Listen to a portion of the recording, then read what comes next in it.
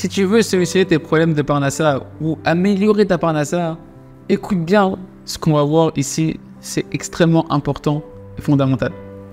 Juste, je rappelle que c'est un cours pour les hommes, donc mesdames, inscrivez-vous sur le groupe des femmes de WhatsApp pour recevoir les cours de Shlom Bayit pour les femmes, les cours de Oumna pour les femmes. C'est connu, les amis. Ce que la Gemara elle dit dans Masechet Baba Metzia, page 59. Tout le monde connaît ce que la Gemara elle dit là-bas. Tu dois toujours te rappeler de ça. Qu'un homme, toi, moi, tu dois toujours faire attention à l'honneur de ta femme, à honorer ta femme. Ah, c'est bon, c'est encore commencer avec l'honneur de la femme, faut honorer la femme. Pourquoi? Chez En Bracha Metsuya Betor Beto Shel Adam et la Bishvilishto. Parce que la Bracha, la Gemara elle dit, la Gemara c'est les lois métaphysiques de ce qui se passe dans ta vie.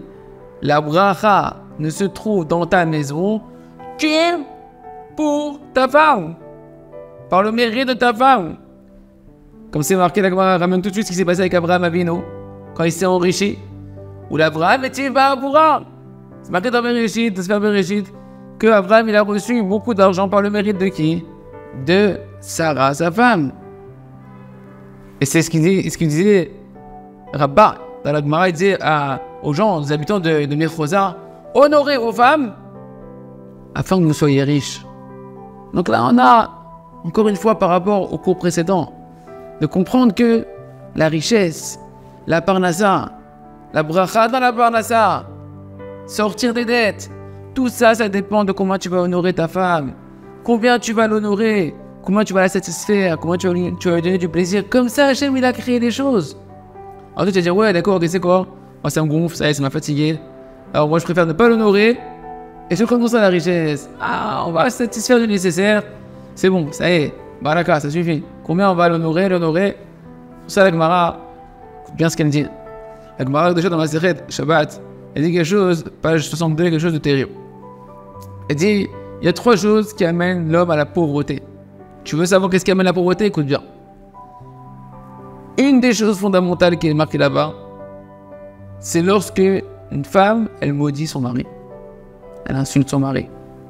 Je dis, ah bah tu vois, justement, c'est à cause de ça, je vais la culpabiliser. C'est à cause de ça que quand elle n'a pas de parnassa, elle arrête pas de me maudire, elle arrête pas de me dire des gros mots, des grossetés. Non, t'as pas compris.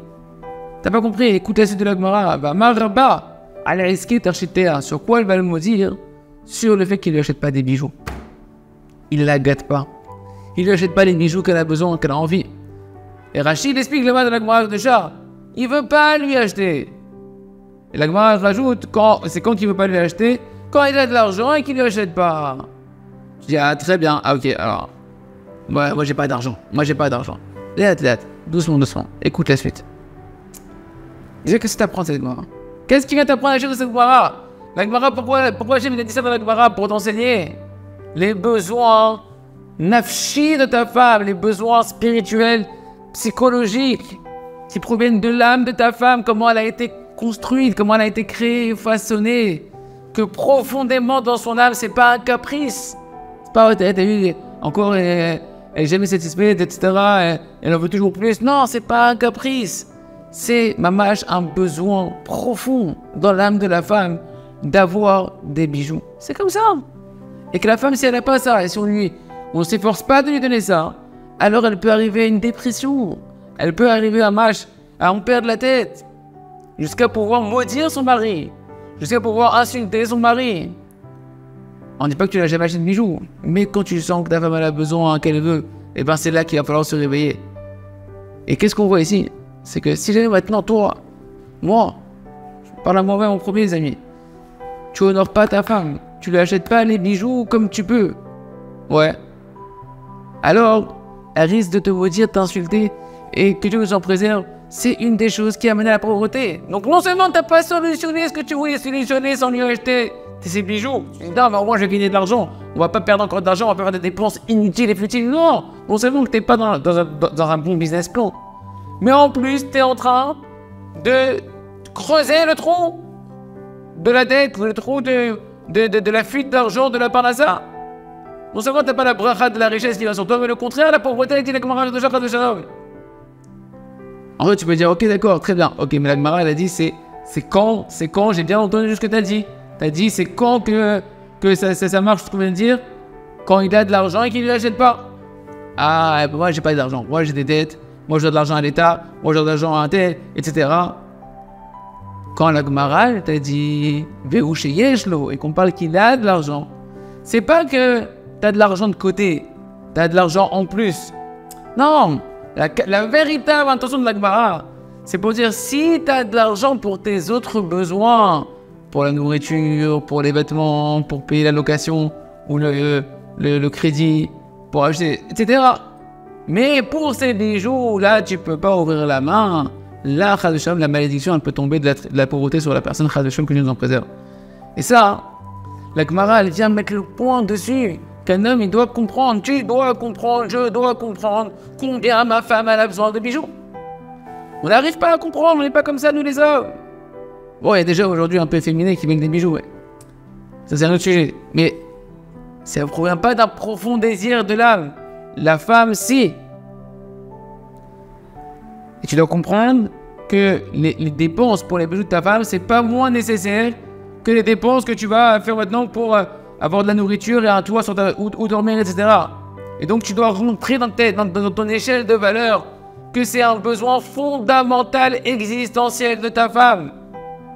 Et tu dois pas dire c'est superficiel de lui acheter des bijoux. Combien on a du mal? Je sais combien on a du mal, les amis. Et c'est pour ça que la Gemara nous le dit, pour qu'on demande à Tashboro, c'était Mouna là, de comprendre comment la femme elle fonctionne, comment Hachem il l'a créée. Et d'où elle vient la bracha elle vient de là. Rappelle-toi le cours précédent, qui disait Rabbi Nachman dans le Zohar HaKadosh, combien ta femme elle est heureuse et que son âme elle est épanouie, et que la lumière elle sort de son âme, elle te produit ton argent. Lorsque tu vas comprendre maintenant les besoins de ta femme pour les bijoux, que c'est pas un truc superficiel, que c'est un besoin existentiel, alors tu vas te trouver les moyens et Hachem va t'envoyer les moyens de la satisfaire. De la même manière que quand tu sens que maintenant il faut payer le loyer, qu'il faut payer le crédit, qu'il faut payer l'électricité, l'eau, le gaz, tu trouves. Ouais, et ben pareil, quand tu vas comprendre que c'est nécessaire, tu vas trouver, Hachem va te donner de quoi la satisfaire, il va te donner en plus de ça la bracha et la parnassa. Et sois honnête, quand tu veux vraiment quelque chose, la vie, on ne se la fait pas à l'envers. Quand tu veux vraiment quelque chose.